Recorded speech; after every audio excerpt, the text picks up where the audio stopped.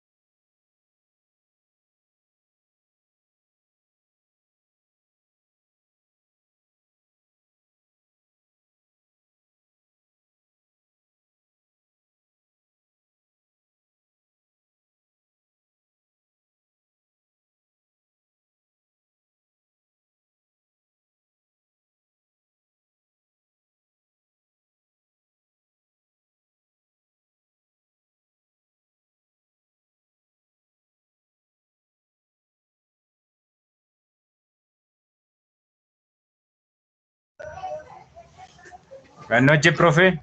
Don Juan Caldera, ¿cómo vamos? ¿Bien, bien? Todo bien, trabajando ando. Ah, bueno, eso está muy bien. Bien, bien. ¿Qué? ¿Cómo le fue? Bien, gracias a Dios. Bien, ¿y ustedes cómo están? Bien, gracias a Dios. Ah, bueno. Entonces les voy contando y vamos a esperar unos minuticos mientras que los demás compañeros se conectan para arrancar la sesión del día de hoy, ¿vale? No. ¿No? ¿Mañana está por la tarde? Mañana por la tarde. Ay, pero a las 2 que ya usted. A las 4. ¡Ya! ¡Ya!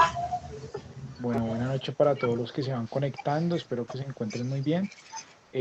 Vamos a dar unos minuticos mientras que el resto de compañeros se conecta para dar inicio a la sesión del día de hoy. Buenas tardes, profe. Muy buena tarde, Yasmín, ¿cómo estás? Bien, sí, señor. Qué bueno, me alegro mucho, me alegro mucho. Venía corriendo, profe, venía tarde. Pero ¿por qué? No, tranquila. Venía tarde.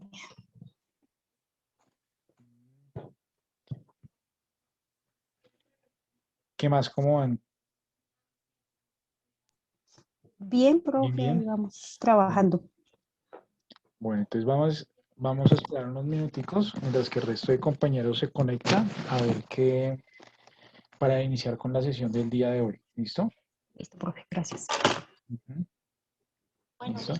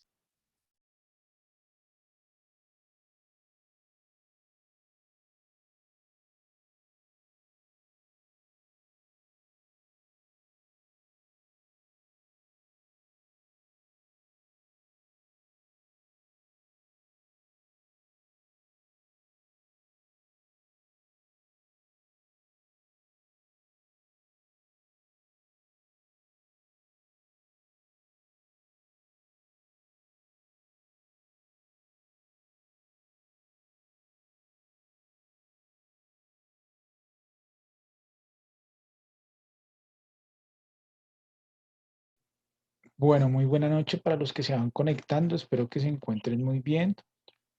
Buenas tardes, profesor. Buena tarde, Luis. ¿Cómo vamos? ¿Bien, bien? Bien, profe. Aquí todavía en la oficina. De verdad, hermano, no trabajé tanto. Pues, profe, usted sabe que la carrera lo exige. Ah, bueno, muy bien. Entonces, bueno, yo creo que esperamos que 5 minuticos les parece conveniente para empezar la sesión del día de hoy, ya Sí, que profe. faltan algunos compañeros, falta casi la mitad. Bueno. Listo, entonces esperemos 5 minuticos y ya iniciamos.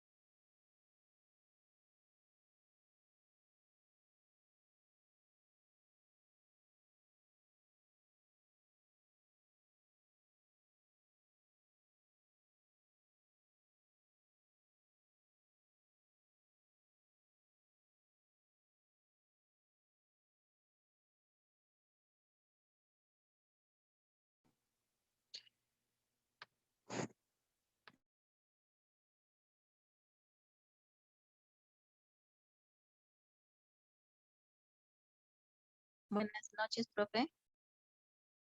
Buenas noches, Diana. ¿Cómo estás? Bien, profe, es que le iba a hacer una pregunta. La Sí. clase pasada, yo, pues mi conexión con internet estaba molestando, entonces yo no alcancé a ver toda la clase. ¿Esa clase el profesor la subió o no? Y esa la subí yo. Recuerden que las clases cuando se suben quedan en el foro de salón de clases, en el foro de salón de clases, no, perdón, en el foro de esa semana donde vimos la clase. Ah, es Sí, en el foro. sí, es en Ah, el foro donde listo. queda la clase. Es decir, esa clase debe estar en el foro de la semana 2. ¿Listo? Ah, listo, profe, gracias. Bueno, con Voy a gusto. mirarla. Exacto. Vamos a esperar 2 minuticos mientras que los demás compañeros se conectan y damos inicio, ¿vale?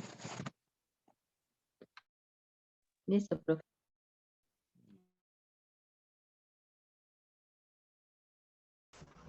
Profe, buenas noches. Profe, me va a tener que salir un momentico por una configuración de un equipo, ¿listo? Vale, fresco. ¿Listo? Bien, profe. Bueno, Gracias. bueno.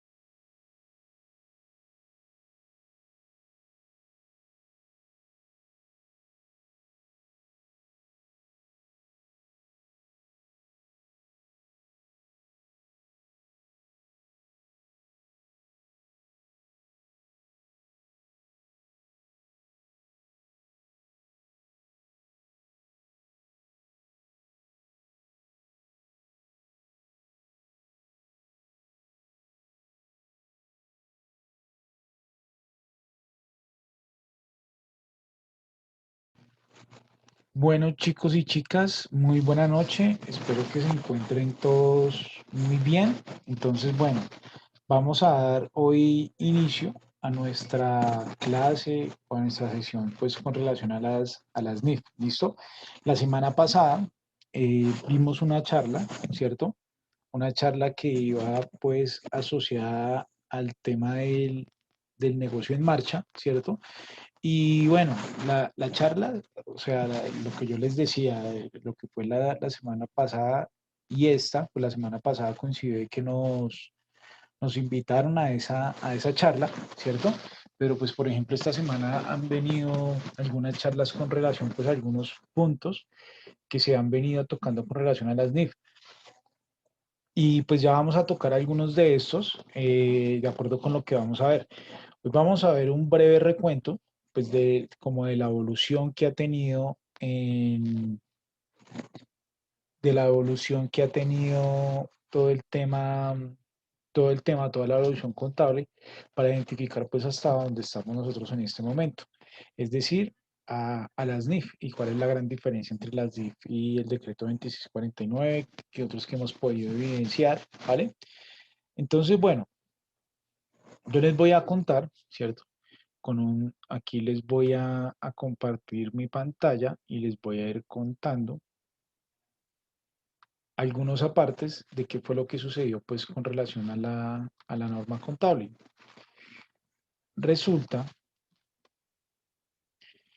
que el ámbito contable y en muchos ámbitos, como se va a observar a continuación, o con algunos que vieron conmigo planeación fiscal, pues evidenciamos que en algunos momentos pues, de la historia colombiana, más sobre todo por los años 90, hubo una gran, llamémoslo así, expansión de leyes, se generaron muchas leyes, muchas normas, muchos decretos, por lo que en 1991 o en el año 1991 se generó la Constitución Política de Colombia. Entonces acá en el año 1991, como ustedes bien saben, se genera la Constitución. Algunos de ustedes hasta ahora estaban naciendo para ese año. Yo ya había nacido hace ya ratico. Y, y bueno, y algunos también ya habían nacido, entonces fue algo que sentó un precedente en el país.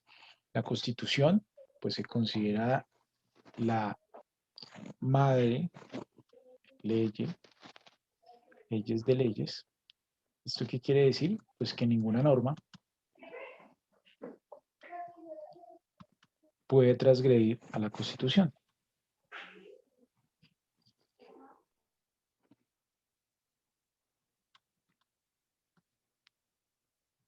Cuando puede transgredir, no puede ninguna norma, no puede, ¿sabes? No puede transgredir a la Constitución política. ¿Qué quiere decir?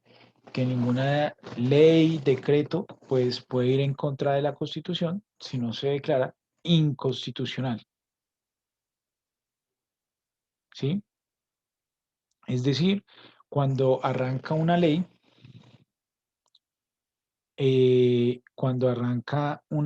¿cierto? Con todo el proceso, pues para que se convierta a ley, ustedes saben que, o saben o conocen, pues que para que llegue a ley, pues primero pasa por el Congreso, ¿cierto? Y allí, pues, hay unas secciones del Congreso, y cada una se encarga de algo, ¿sí? Entonces, lo primero que hacen, se evidencia cuando llegan a leyes, es que no sea inconstitucional, es decir, pues que no vaya o no transgreda, pues, la constitución política. Si ahí ya hay algún factor que afecta a la constitución política, entonces se considera inconstitucional y no se le da paso o continuidad a esa ley. Entonces, bueno, en ese momento, yo les cuento, en ese momento, pues con relación al tema contable, estaba muy quedado el tema contable. Resulta que para ese momento, eh, pues no era claro qué empresas estaban obligadas a llevar contabilidades, qué empresas no estaban a llevar contabilidades, ¿cierto? Y qué información se debía entregar, qué información se debía reportar, quiénes debían de reportar información, quiénes eran los aptos para llevar la información, ¿cierto? Entonces había un desorden normativo con relación pues al tema contable. Por esa razón, y en ese año, pues nosotros dimos un salto bastante alto con relación pues a la normatividad, con relación a la profesión. Y, y bueno, entonces la ley nos entregaron, la ley 43, perdón, la ley 43. Esta ley pues nos da los parámetros de cómo está establecido, ¿cierto? Cómo está establecido la profesión, ¿Cuáles van a ser los órganos rectores? Cuando hablo de órganos rectores, es decir, quién va a vigilar la profesión, ¿cierto? ¿Quiénes van a ser contadores? ¿Listo? Antes, si yo era un contador empírico, ¿cierto? Cuando hablo de contador empírico, es decir, se van a decir, ¿cómo así? Contador empírico. Entonces, sí, cuando tenía conocimientos empíricos muy avanzados contables, porque muy seguramente toda la vida había trabajado en el área contable, pues yo me podía certificar sin necesidad de pasar por una universidad. Eso se llamaban los contadores certificados. Certificados. Y los que pasaban por una universidad se les conocía como contadores titulados. Aún en la actualidad, titulados. Entonces, aún en la actualidad, pues se escuchan algunos colegas ya un poco pues entrados en edad que dicen contador público titulado, ¿sí? Pues porque el titulado les da un caché o un estatus, por decirlo así, por lo que el titulado pues había pasado por una universidad. Y el certificado, pues era el que se había certificado sin haber pasado por una universidad, pero sí le hacían unos exámenes contables para identificar si él tenía conocimientos contables o no. Entonces, bueno, a partir de la ley 43 dijo, no, todos los contadores tienen que pasar por una universidad, ningún contador, porque no se van a volver a entregar contadores certificados. Entonces, desde ese entonces, pues los contadores son contadores públicos, porque ya se entiende que ningún contador puede hacer un certificado para volverse un contador, sino que tienen que pasar por una universidad. También entregó normas con relación a, se me fue, con relación a la revisoría fiscal. Por ejemplo, este tema, en una de las conferencias en las que estuve con algunos de los compañeros de ustedes, identificamos cómo hay un proyecto de ley que en algún momento se buscó que la revisoría fiscal la ejerciera otro tipo de profesión. Y acá pues voy a hacer una aclaración para que vayamos hablando de todo un poco. Resulta que la revisoría fiscal solo la pueden ejecutar los contadores, ¿cierto? Pero pues la auditoría, cuando no hablamos de auditorías financieras, pues la puede ejecutar otro tipo de profesional, es decir, pues las auditorías de gestión. ¿Qué es lo que hace un revisor fiscal? Él dictamina unos estados financieros de acuerdo pues a lo que ha evidenciado en todo el tema, llamémoslo así, de las evidencias, de las auditorías que él ha revisado, pues él emite un dictamen a los estados financieros.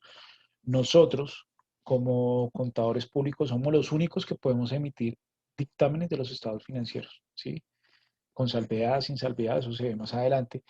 Pues obviamente el resto de profesiones también pueden ser auditoría, pero ellos no pueden dictaminar los estados financieros. Sí pueden opinar con relación pues a algo, pero no pueden dictaminar los estados financieros. ¿Bien?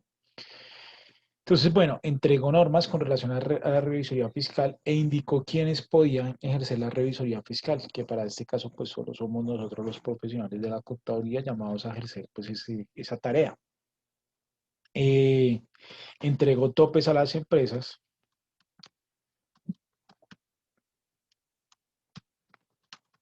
para tener revisor fiscal y cuáles empresas estaban en la obligación de llevar libros contables o tener contabilidad. Listo, y ahorita pues los libros contables, por ahí alguien me decía, bueno, ¿y los libros contables aún todavía se piden? Eh, mm,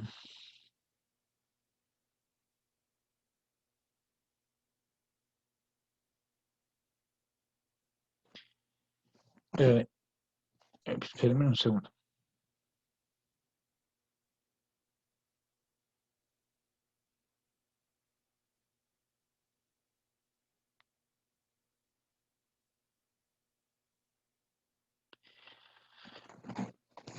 Entonces, bueno, pues llevar libros. Ahorita pues los libros son aquellos que uno tenía que registrar en Cámara de Comercio, el libro contable, el libro de socios.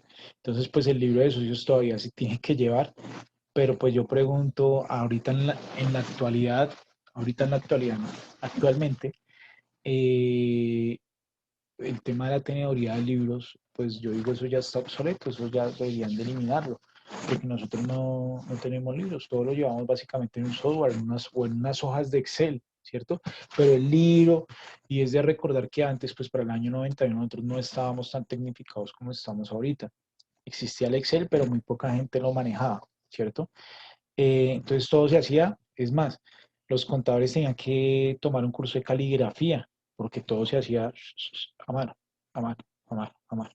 Y simplemente pues cuando llegaba una inspección de la DEN decía, muéstreme sus libros contables, porque todo se hacía a mano. Entonces, bueno, entonces ahí entrega la obligación de quién está llamado a llevar una contabilidad, a llevar libros contables, ¿listo? Entonces esto fue una evolución pues bastante alta, también una evolución que tuvimos, digo yo una evolución desde mi punto de vista, fue el decreto 2649.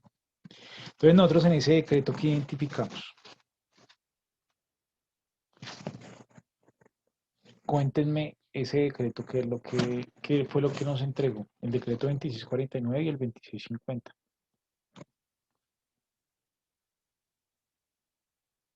A ver, El 2649, si no estoy mal, es lo que rige la regla contable, ¿no?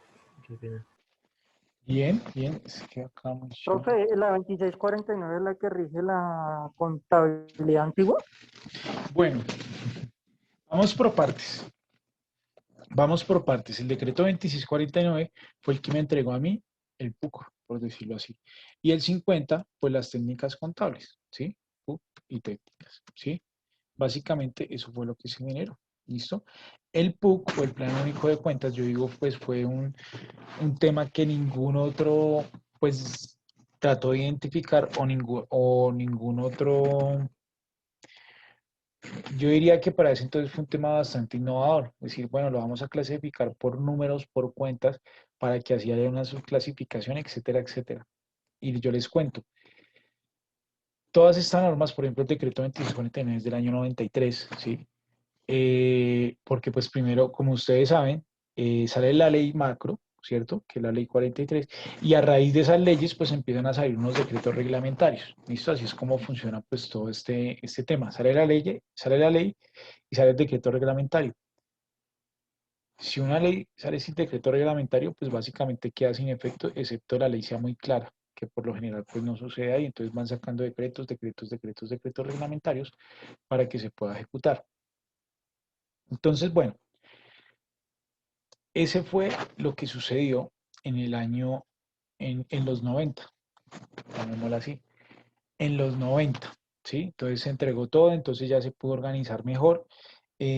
Por ahí yo no sé, con algunos que vimos planeación fiscal, mismo la historia de la DIAN, se unificó la DIAN, se organizó en el año 92 y bueno, esto lleva un compendio pues para llegar a lo que está actualmente.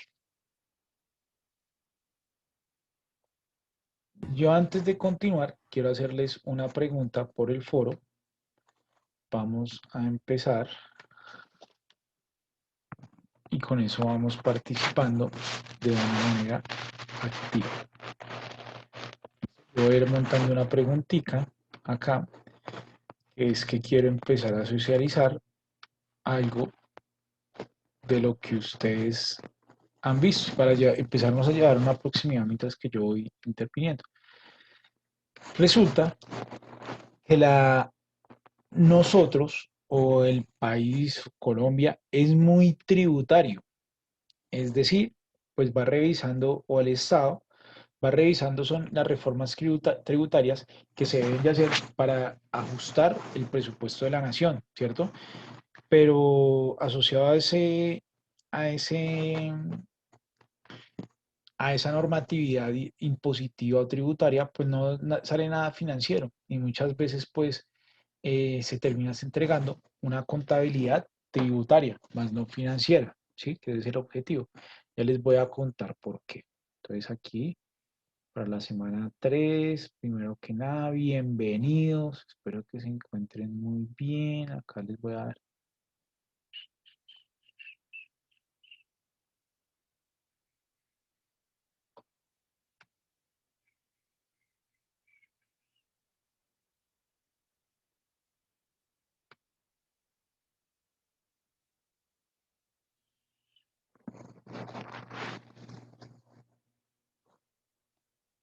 Entonces regálenme un segundo, que voy a colocar acá. Pregunta clase. Pregunta clase. Entonces, con sus palabras, indique cuál es la diferencia entre las normas locales y las internacionales.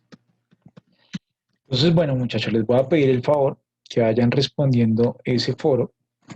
Les voy a dar, bueno, 5 minuticos mientras que van respondiendo y ya continuamos. Vamos a hacer una pequeña pausa de 5 minutos para que ustedes respondan, para ir continuando e irles contando cómo vamos a trabajar. ¿Listo? Entonces ahí ya ustedes tienen el foro, ya pueden acceder.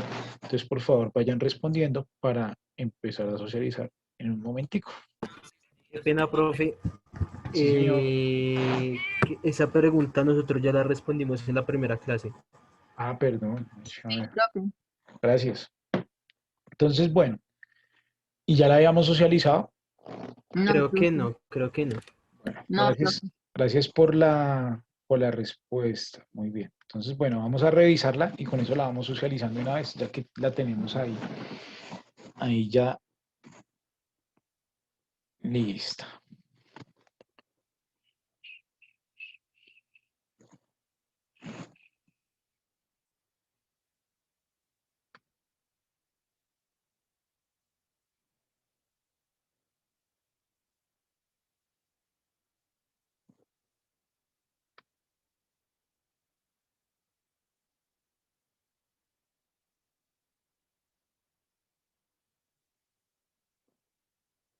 Listo, acá está.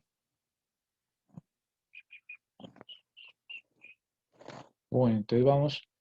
Por aquí Lady nos dice, de acuerdo con lo que entiendo, es que bajo la norma local se basan las reglas y la NIF busca unificar el sistema contable. Dice Giancarlo que la norma nacional rigen a nivel solo de una nación y las internacionales se pueden utilizar y entenderlas en todos, en general, sin importar el país. Y ya les dije, una de las diferencias es la situación patrimonial y en la internacionalización, la internacional se refiere a una situación financiera. Y bien, por ahí es más o menos la cosa. La norma local es la que se encarga de la situación patrimonial y la internacional de la situación financiera. Bueno, la sacaron del mismo enlace. Juan Carlos dice, de acuerdo a las normas, es que las NIF y las NIF se usan casi en todos los países, en cambio las NIF, no opuesto a esas NIF, son más completas para los procesos de llevar a cabo la contabilidad. Bueno, vamos mirando. Jessica nos dice, la norma local hace referencia solo a nivel solo de una nación y las internacionales son utilizadas y comprendidas a nivel general sin importar el origen del país. Christopher dice, en este caso se dice que la norma local funciona solamente en Colombia y por las normas internacionales se manejan en muchos más países con el fin de poder entender la contabilidad de otras empresas de otros países. Profe, yo no puedo responder porque no me deja no me deja ver el foro. Ah, bueno, pero lo que pasa es que como esa pregunta ya la habíamos ejecutado en la primera clase, entonces yo estoy leyendo las respuestas de la primera clase. ¿Listo? Entonces, bueno.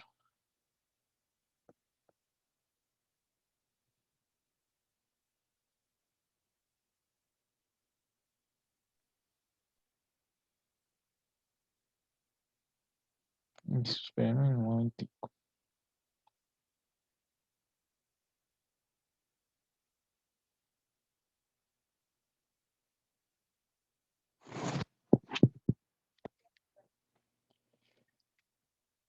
Dice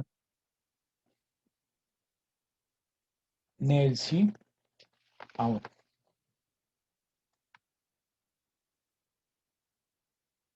Dice la diferencia de la norma local con la internacional es que la plasma cada país.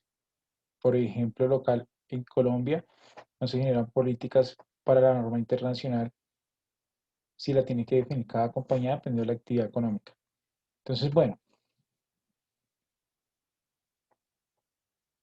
vamos por partes. Primero que nada, hay una diferencia, ¿cierto?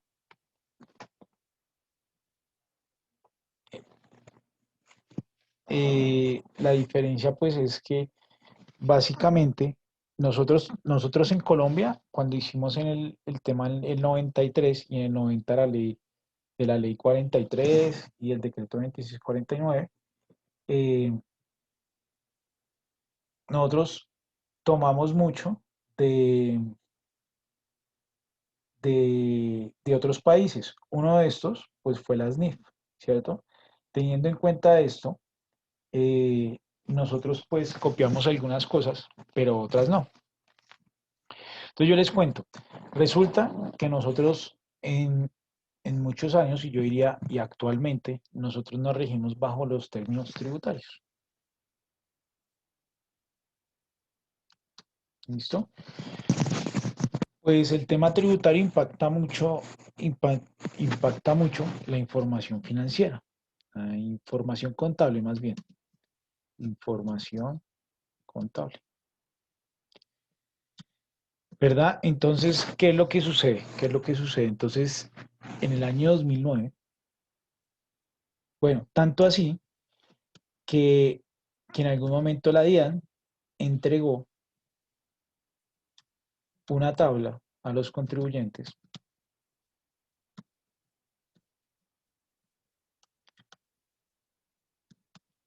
en la cual indicaba la vida útil de algunos o de algunas propiedades planta de equipo. ¿Ustedes por qué creen o qué opinan que la DIAN hizo esto? ¿Por qué creen que la DIAN ejecutó esto? Profe, para llevar un control de las empresas y de los organismos. Sí, también. Pero bueno, yo les voy a contar un poco, ¿cierto? Ustedes, y quiero que me cuenten, ustedes han, han qué? ¿Han visto en contabilidad de activos depreciaciones? Sí, Sí, profe. señor. Listo, muy bien. Entonces yo quiero que me cuenten ustedes cómo es el registro, no cómo se calcula una depreciación, no, cómo es el registro contable de una depreciación. O sea, qué cuentas afectan cuando están en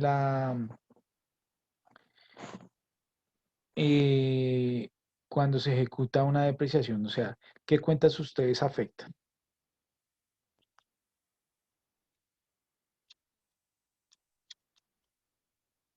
A la cuenta de los activos, profe.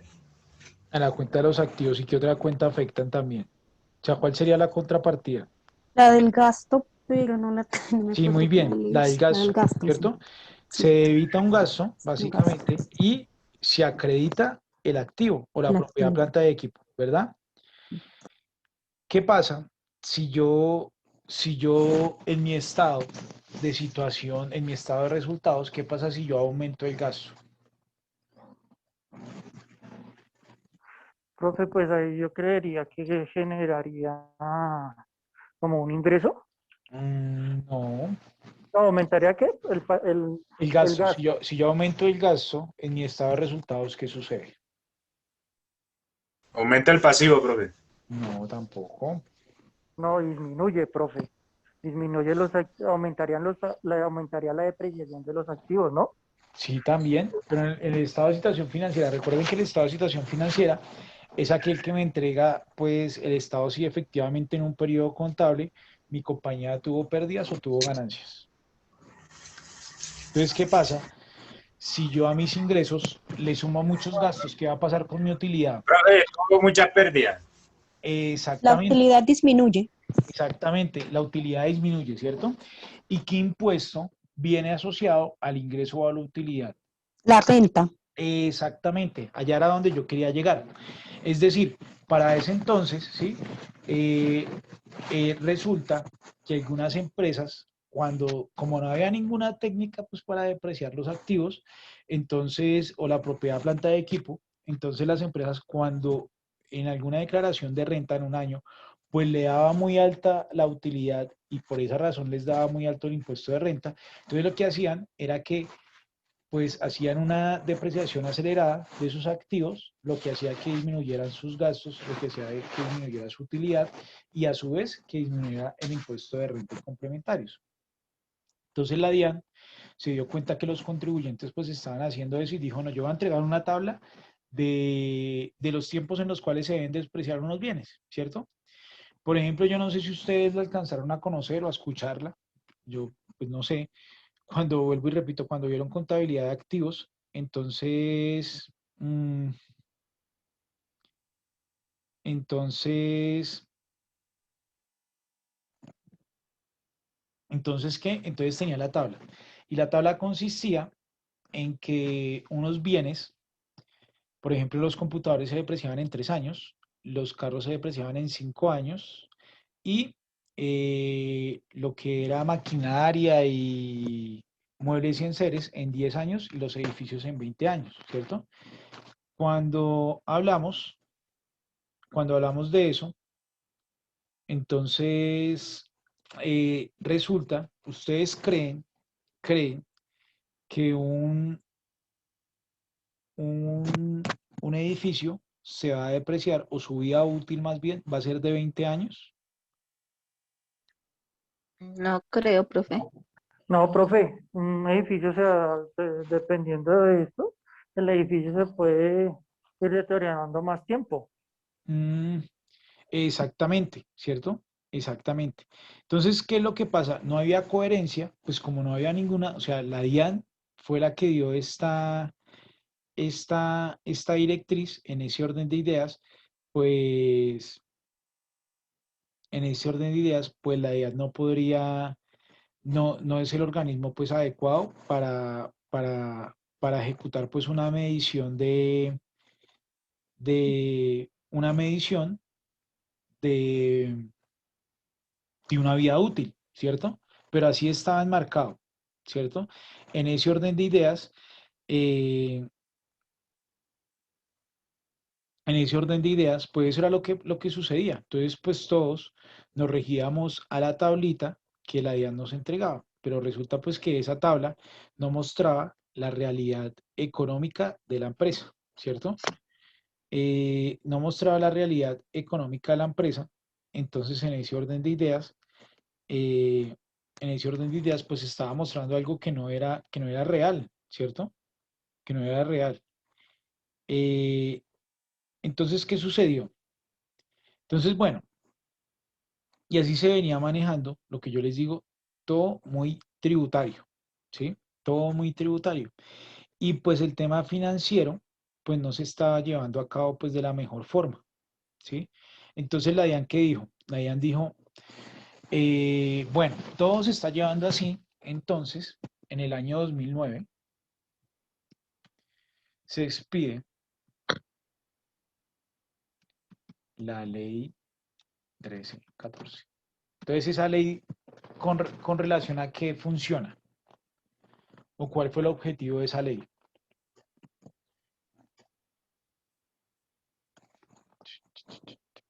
Mucho silencio. O están muy tímidos o no saben. No, profe, no sé. Bueno, Yo tampoco, profe, no me acuerdo. bueno, bueno, muy bien. Ojo que esta ley básicamente es la que nos rige actualmente, ¿sí?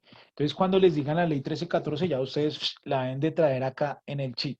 Dice, bueno, para contextualizar un poco, ¿quién estaba en ese año como presidente? Pues para identificar por qué se generó este tema. En el 2009, Sí, Ahí dice que el Uribe. Congreso de la República. Uribe, ¿cierto? Uribe estaba en la presidencia. Muy bien. Y, y bueno, económicamente, hablando eh, en términos económicos, ¿cuál fue el impacto más fuerte que tuvo Uribe en la economía? O sea, ¿qué fue lo que hizo así como más fuerte en términos económicos?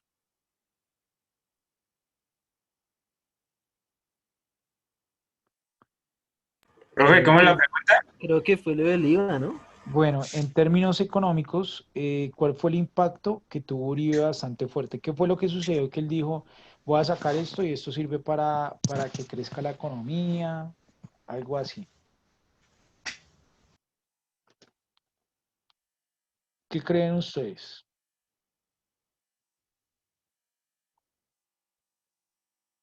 ¿Les suena algo por allá de los TLC? Tratados de libre comercio. Exactamente. En el gobierno de Uribe, pues en términos económicos, pues él hizo bastantes acuerdos comerciales, ¿cierto? Con el objetivo de quitar las medidas proteccionistas que habían en el país, pues para que otros países pudieran traer las mercancías. Entonces recordemos, yo creo que algunos que vieron tributos aduaneros, pues se habló de los TLC. Y los TLC son acuerdos comerciales que hacen dos naciones o dos países o varios países o un país con una comunidad. Cuando hablo con una comunidad, puede ser como con una comunidad como Mercosur, la comunidad andina, entre otras.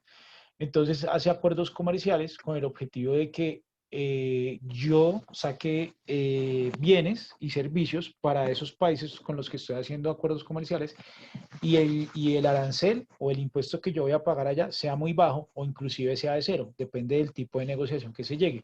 Pues obviamente, pues esto es una negociación, un acuerdo comercial, pues es un gana-gana. Cuando digo que es un gana-gana, quiero decir que el otro país pues también va a esperar algo a cambio, ¿cierto?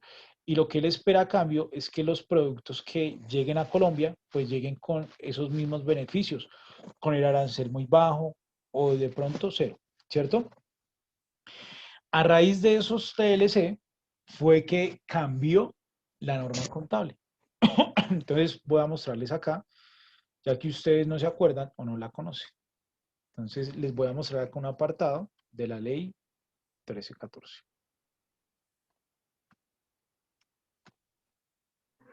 Profe, yo voy escuchando la clase, Sí. entonces yo ya voy en camino para la casa, entonces yo voy escuchándola. Ah, bueno, hágale. Listo. Entonces, más sin Listo, embargo, que profe. es. De todas maneras, usted la sube al foro. Sí, claro, yo la subo al foro. ¿Listo? Listo, profe, gracias. Bueno, entonces el enunciado de la ley decía, por la cual se regulan principios y normas de contabilidad e información financiera de aseguramiento de información aceptados en Colombia, se señalan las autoridades competentes por el procedimiento para su expedición y determinación de entidades y responsables vigilar su cumplimiento. Entonces, por acá dice,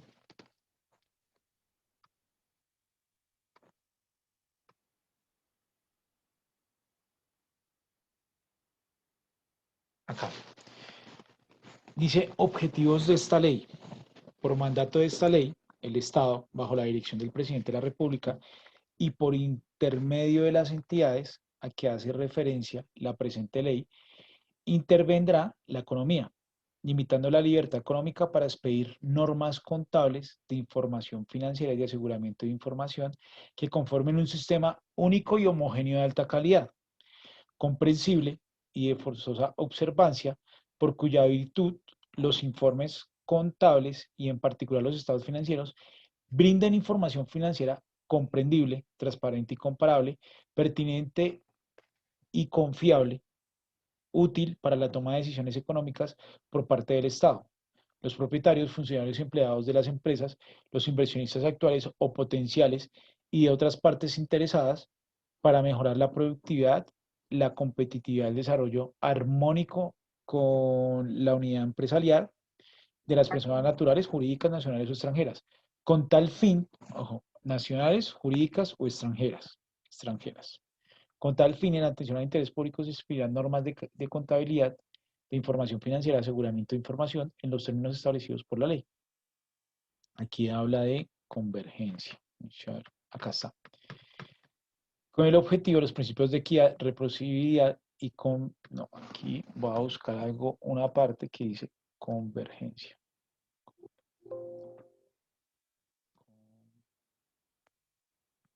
Convergencia.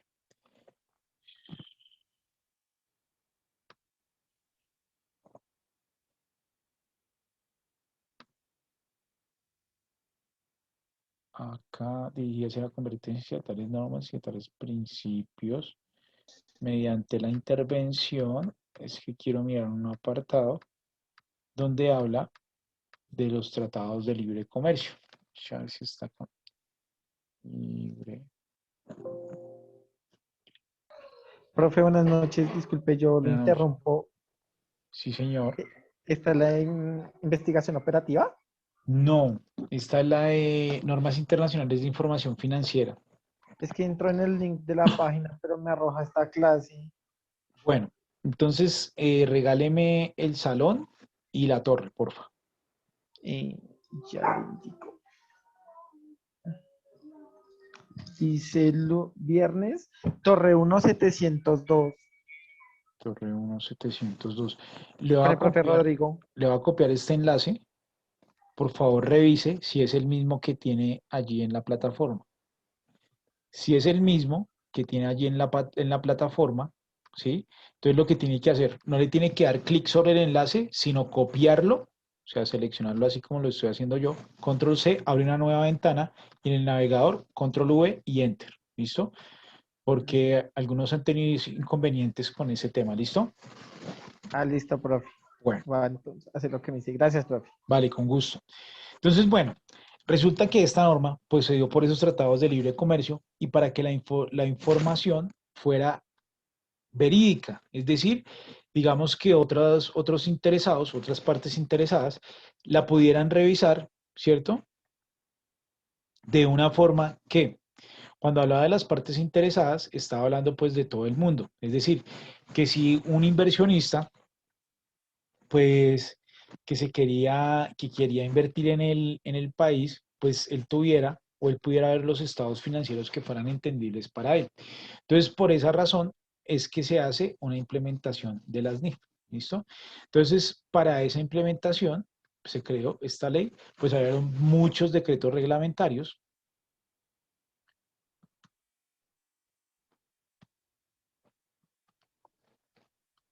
¿Listo? ¿Por qué? Porque es que las NIF, y aquí voy a hacer algunas precisiones, las NIF las expide el IASB. El IASB, ¿sí? Es la entidad que se encarga de emitir las NIF, de revisar si esas NIF pues están acordes de lo que y de su modificación. El IASB es un ente privado, de carácter privado, ¿sí? De carácter privado y está conformado por miembros de Estados Unidos y Europa. Entonces, bueno, resulta que obviamente yo les voy a hacer una pregunta a ustedes.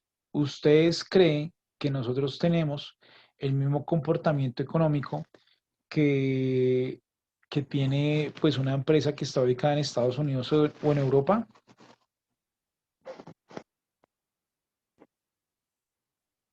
¿Mm? No, profe, porque allá se mueven más acciones que acá. Muy bien, muy bien. Exactamente. Resulta que allá, pues en Estados Unidos Europa. y en Europa, gracias, y en Europa, pues resulta que allá se mueven mucho los mercados de capitales, ¿cierto? Es decir, cuando hablamos de mercados de capitales, estamos hablando pues de empresas que invierten en Las mercados de acciones. valores. Exactamente, en las acciones, ¿cierto? Ujú. Entonces nosotros no nos podíamos comparar con ese tipo de empresas porque si bien es cierto que acá en Colombia pues hay un entorno empresarial que está migrando o que se está convirtiendo pues en empresas que cotizan en bolsas, etcétera, pero pues aún nos falta mucho, ¿cierto? Entonces nosotros no podríamos decir o aducir pues que teníamos las mismas economías, ¿cierto?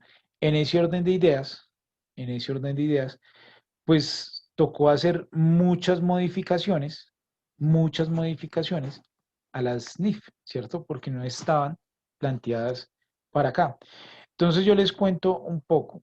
Para ese entonces, pues la academia y las empresas empezaron a traer expertos en temas de NIF, ¿cierto? Entonces, por lo general, los expertos que se trajeron fueron expertos de Chile. ¿Por qué de Chile? Porque Chile pues iba bastante avanzada en temas de normas internacionales. ¿Listo? Eh, entonces, bueno, empezaron a traer expertos de Chile y de otros países. Entonces nosotros, los contadores, pues dijimos, no, súper chévere porque eso imagínense nosotros ya llevando contabilidades de otros países, porque pues si es norma internacional, pues nosotros vamos a ver todas las normas internacionales. Entonces nosotros imagínense, pues básicamente el mercado, pues chévere porque el mercado pues se expande para nosotros, ¿cierto? Porque nosotros podemos trabajar en otros países. Entonces, pues los expertos apenas se reían y decían, "Ah, estos colombianitos sí son un cuento". ¿Por qué? Porque es que eso no significa que nosotros las vamos a trabajar tal cual, por lo que veníamos hablando. Nosotros somos un país donde no nos podemos comparar con no nos podemos comparar con Estados Unidos, no nos podemos comparar con Europa, ¿cierto? Porque no tenemos los... Alemania, Francia. Exactamente, empezando ni siquiera por la cultura, porque nosotros arrojamos papeles a la basura, ¿cierto? Porque nosotros hay unos que son bien, que dicen, uy, no, es que ser vivo paga. Entonces, empezando desde ahí, bueno, entonces, en fin, no quiero extenderme o no quiero desviarme para otro lado. Entonces, el tipo de No sé para negocio biología, también. profe, eso. ¿Cómo, Juan? No sé para la biología, eso no se ve por allá. ¿Sí o no? Entonces resulta eso. Entonces, en vista de eso, el experto chileno decía, vea, nosotros tenemos una SNIF, pero llamémoslo la SNIF a lo chileno. Y ustedes van a tener una SNIF y se van a llamar la SNIF a lo colombiano. Por muchas razones, o sea, no es simplemente porque la economía, sus economías son diferentes, su política es diferente, ¿cierto? Sus impuestos son diferentes, ustedes tienen muchas exenciones. Entonces, por esa razón, pues las NIF van a quedar, ustedes van a tener NIF a lo colombiano, ¿sí? Pero no van a tener normas internacionales que ustedes digan, uy, no, con esta carrera yo me puedo ir a ejercer. No como la medicina, por ejemplo, ¿cierto? La medicina, el profesional que es médico acá, pues puede operar acá en Estados Unidos, pues siempre y cuando maneje el idioma, digo yo. En cambio, uno, pues la normatividad cambia, ¿cierto? Los tipos de obligaciones sustanciales cambian, ¿cierto? Entonces nosotros debemos de tener presente eso. Entonces eso fue lo que pasó. Entonces resulta que a raíz de ese entonces se empezó a evidenciar y empezaron a decir, ah, bueno, entonces es que ahora vamos a llevar dos contabilidades, una bajo las normas locales y otra bajo las normas internacionales. Entonces resulta que nosotros llevábamos una SNIF, pero eso no era información contable, eso en realidad era información tributaria, no era información financiera, ¿cierto? Porque no reflejaba la realidad de la compañía financieramente. Entonces lo que se empezó a decir es, bueno, las NIF ahora van a manejar o se van a trabajar pues la información real de la compañía, cómo está realmente la compañía financieramente, ¿sí? Entonces pues esa fue como Profe, la gran distinción, sí señor. es decir que anteriormente las normas de acá colombianas se regían era al ET, ¿cierto? A los estatutos tributarios.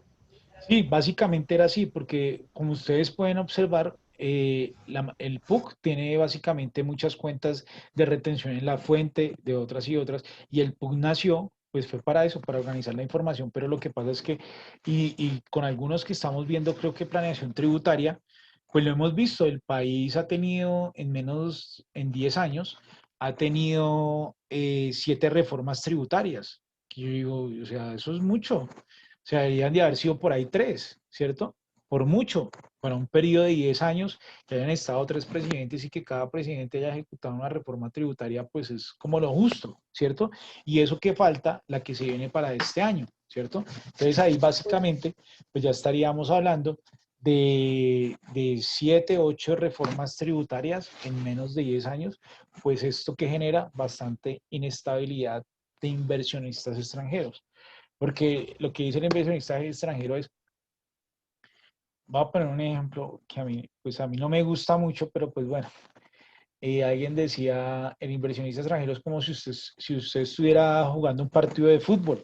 Entonces usted está jugando su partido de fútbol y le dicen, bueno, pero es que ahora ya no van a ser 90 minutos, sino que van a ser 60 minutos más. Es decir, van a ser 150 minutos. Usted dice, uy, no, pero yo no iba preparado para eso. O sea, me están cambiando las normas. Sí, ahora el otro equipo puede tener 13 jugadores y usted va a tener solo 10. Entonces yo digo, me están cambiando las reglas de juego en medio del partido. Entonces, ¿eso qué genera? Inestabilidad con relación a los inversionistas extranjeros. ¿Listo? Ah. Entonces, Profe, sí, señor. una pregunta, profe. Sí, Qué pena molestarlo ahí de la tranquilo. conversación.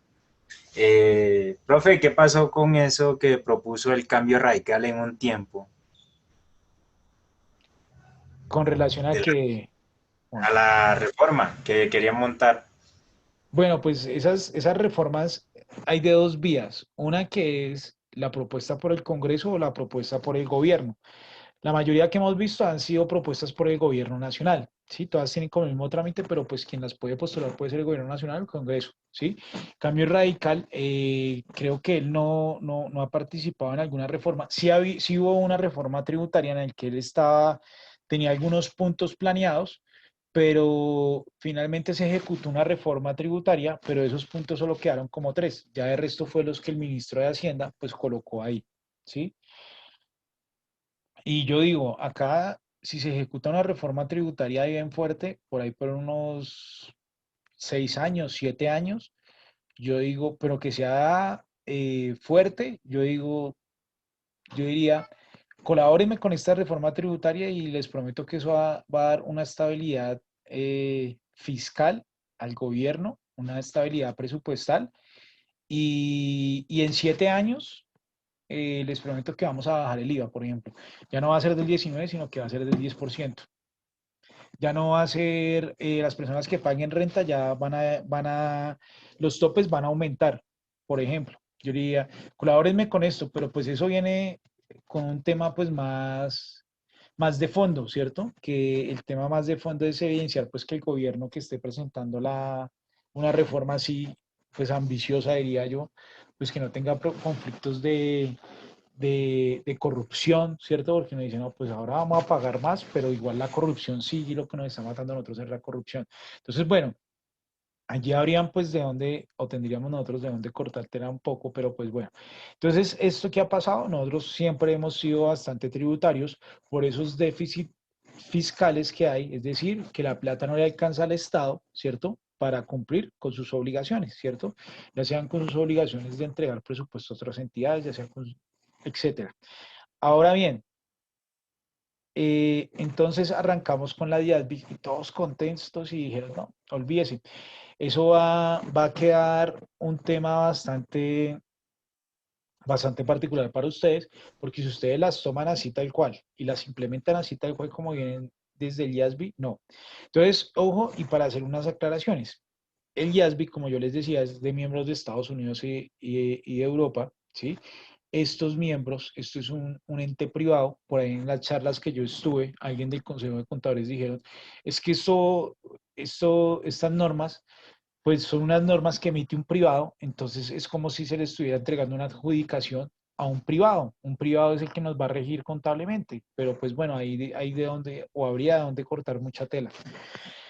Entonces, bien, resulta que estos postulados contables pues no se podían manejar así, por lo que yo les digo, o sea, si entonces empezaron a identificar las normas, porque, mejor dicho, esto fue una norma que ni siquiera se revisó, que eran las NIF, o sea, yo creo que se revisó por encima que eran las NIF y dijeron implementémosla, pero ya cuando empezaron a traer la Junta Central de Contadores, el Ministerio de Industria y Turismo, ¿cierto? Que eran como los reguladores como tal, empezaron a identificar que muchos sectores, al implementar las normas y al hacer la convergencia, quedaban en quiebra, que eso era lo que hablábamos en la clase de 8 días, que era pues el negocio en curso, ¿sí?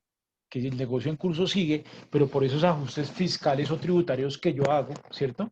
Algunos le daban una valoración a sus propiedades, planta de equipo, otros tenían unas pérdidas enormes, casi que tenían que cerrar la empresa, pues por lo que hablábamos hace 8 días en la conferencia.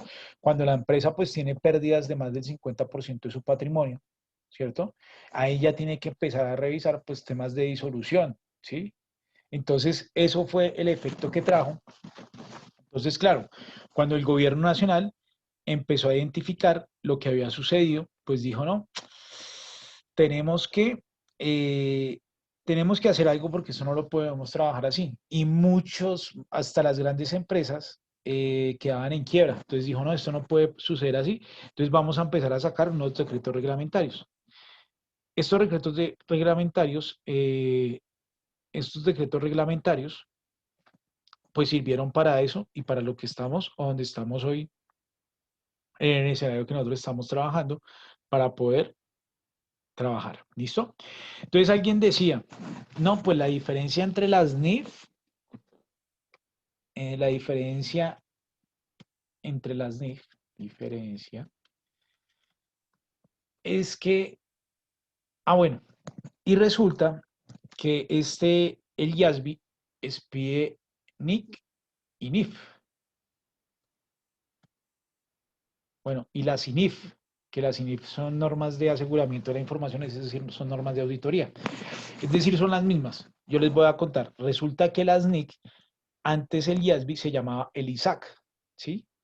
Allá sobre los años, si mal no recuerdo, sobre los 80, estaba el ISAC y otro ente, ¿sí? Que ahorita, la verdad, la memoria no recuerdo. Igual, pues el IASB, ¿sí? O el IASB, que sería en español.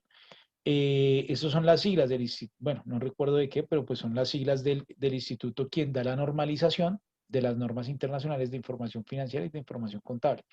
Entonces, como por los 80s, habían dos entes que emitían normas, ¿cierto? En los 80 se unieron y creó el IASB. Entonces, antes del IASB se emitían NIC y después, cuando se creó el IASB, se emiten NIF. Ambas tienen validez, las NIC y las NIF, pero solo unas que se emitieron antes y que aún están vigentes y las otras se emitieron después. Esa es la diferencia entre las NIC y las NIF, no es más. ¿Listo? Entonces, bueno, algunos decían que las diferencias entre las NIF y la norma local eran los códigos o la codificación, códigos, aquí voy a colocar códigos, o el PUC, ¿cierto? Que las internacionales no se utilizan códigos. Perdón, acá, es que se me mete mal el dedo. Profe, esas eran las IASCF. Esa era la supervisión de los comités de las normas internacionales de contabilidad, profe. ¿Y a ese qué? IASCF. La IFAC. Listo. Entonces, este estaba antes y se unió y quedaron el IASB. ¿Listo? Entonces, bueno, resulta que algunos indicaban, no, ahora va a ser más chévere porque bajo las normas internacionales, pues no se utilizan el PUC. Entonces, eso decían algunos y aún lo siguen diciendo algunos. Entonces, bueno, yo quiero que algunos de los que manejan en la parte o que están en la parte contable, yo quiero que me cuenten si aún siguen manejando códigos del PUC o no.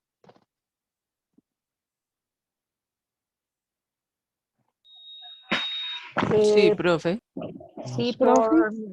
en mi empresa también se Sí, yo sigue saco un todavía balance con NIF y me manejando. sale con cuentas contables.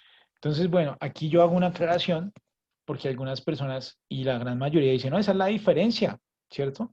O esa es la diferencia que unas tienen códigos y que las otras no. No, la diferencia real, y ya les digo por qué, efectivamente las NIF no traen una codificación, o sea, sí traen una codificación, pero el número de la NIC 7, la NIC 8, no una codificación como nosotros la traemos.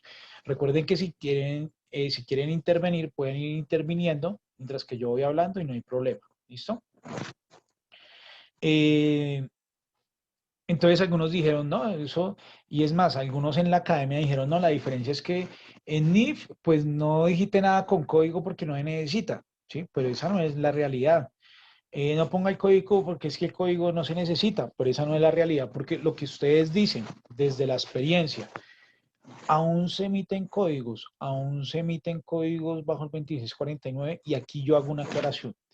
Las normas de información financiera o las normas internacionales de información financiera, pues no me dicen que se debe hacer codificación, pero tampoco me dicen que no, ¿cierto? Entonces todas las empresas, es decir, voy a poner un ejemplo, ¿sí? Si yo hablo de inventarios, no, de bancos, voy a poner bancos, cuentas corrientes.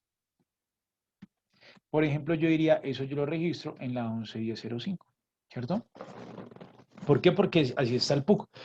Pero ya con las NIF, si yo quisiera registrarlo en una 13.40.20 o en una 13.14.40, pues lo puedo hacer, ¿cierto?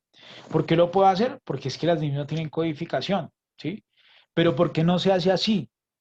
¿Sí? O sea, yo sí soy un nuevo contador en la empresa, yo puedo decir, yo quiero que esa cuenta quede en mi caja. Pero si yo tengo claro y si yo sé que yo voy a estar toda la vida en la empresa, pues yo lo dejo así. Si no dejo lo que se venía manejando, pues acá ya se sabe que es la cuenta corriente, me imagino, sí, véala acá, porque tienen los mismos códigos. Es decir, y para ir más claro, a mí un organismo de control no me puede sancionar en estos momentos porque yo tenga unos códigos que no son acordes con el PUC, porque el PUC pues ya está derogado. Pero nosotros, los contadores o los colombianos, pues somos muy facilistas, ¿cierto? Además, para este caso yo no lo llamaría facilistas, sino prácticos, ¿sí? Entonces nosotros dijimos, pues como las DIC no me dicen que no se pueden codificar las cuentas, pues yo voy a seguir codificándolas.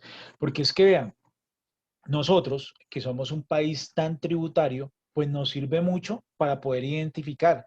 Por ejemplo, me imagino que para las personas que trabajan en la parte pues en la parte contable, me imagino que cada mes sacarán un informe pues por la 236540 para saber qué tienen en esa cuenta, para cruzarlo versus el formulario para ver si les da, etcétera, etcétera. Entonces, básicamente, esta codificación pues es un apoyo que nosotros tenemos a la contabilidad. También nos sirve mucho cuando vamos a emitir información exógena, ¿sí? Yo no sé, la verdad no tengo conocimiento si en otros países se emite información exógena, pero yo digo, si no se emite, ¿cierto? Si no se emiten, pues regálenme un segundito, por favor.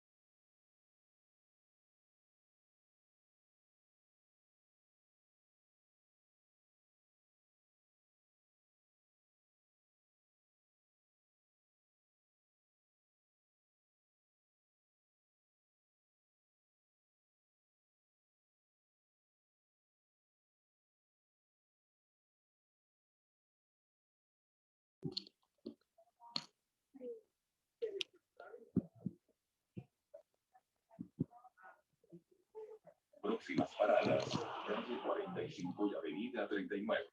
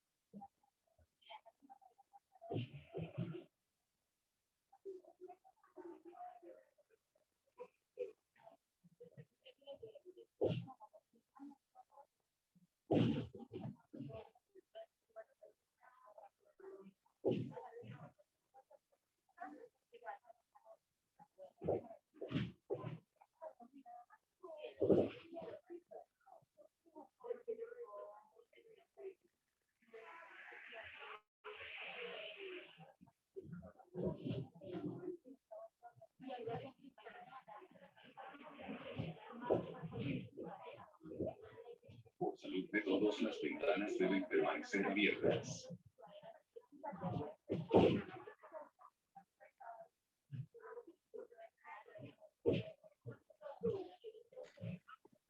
Muchachos, qué pena con ustedes, es que había por ahí un estudiante perdido y como que sigue perdido porque, bueno. Entonces yo les venía hablando, ¿sí? O veníamos hablando pues que la codificación, nosotros fuimos muy prácticos y decidimos dejar las mismas cuentas, ¿sí? Lo que hicimos sí fue al nombre, pues cambiar el concepto y en algunas cuentas obviamente nos tocó reclasificar y nos tocó hacer algunos ajustes, ¿sí? Entonces, la gran diferencia, si a mí me preguntan, Miguel, ¿cuál es la gran diferencia entre las NIF y, y la norma local? Yo diré, pues que una me emite información financiera y la otra me emitía información tributaria, ¿cierto? Más sin embargo, como ustedes bien saben, hay cosas que todavía esas diferencias se siguen evidenciando. O sea, nosotros vamos a encontrar algunas cuentas que bajo NIF se llaman una cosa, pero bajo el 2649 se llaman otra.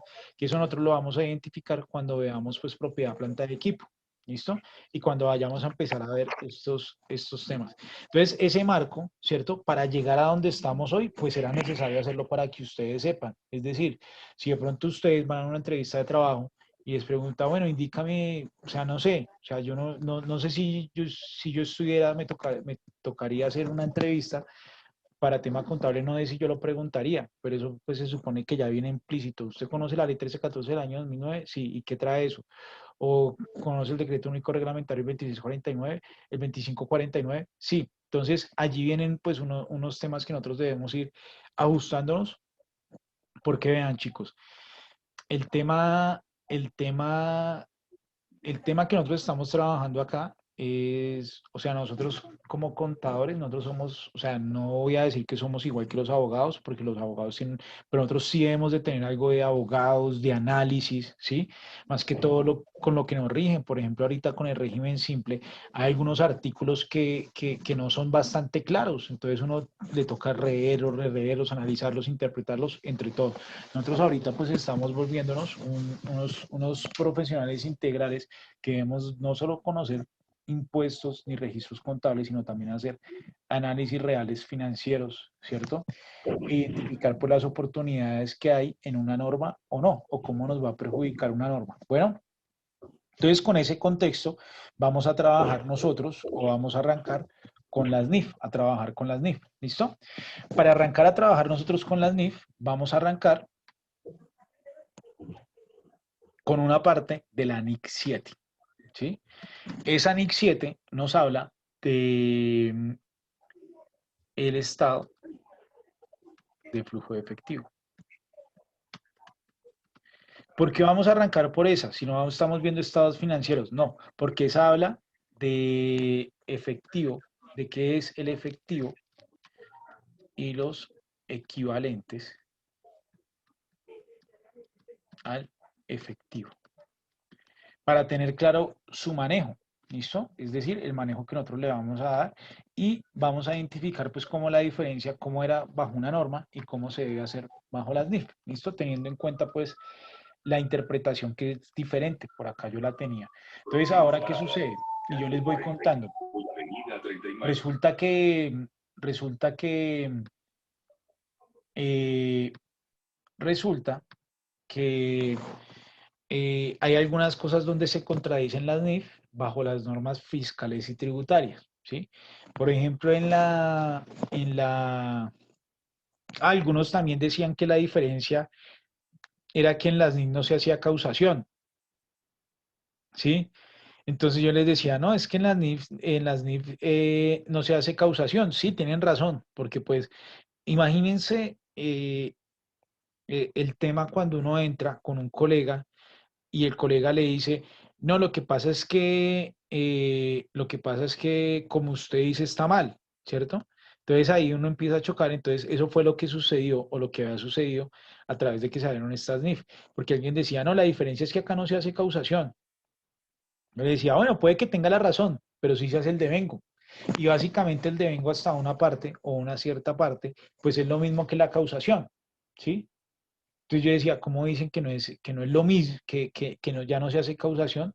pero porque no conocen el devengo. Entonces, bueno, ahí pues lo que yo les decía, ustedes están llamados a estarse actualizando constantemente, a revisar las normas, los decretos y sobre todo, vean muchachos, a leer mucho.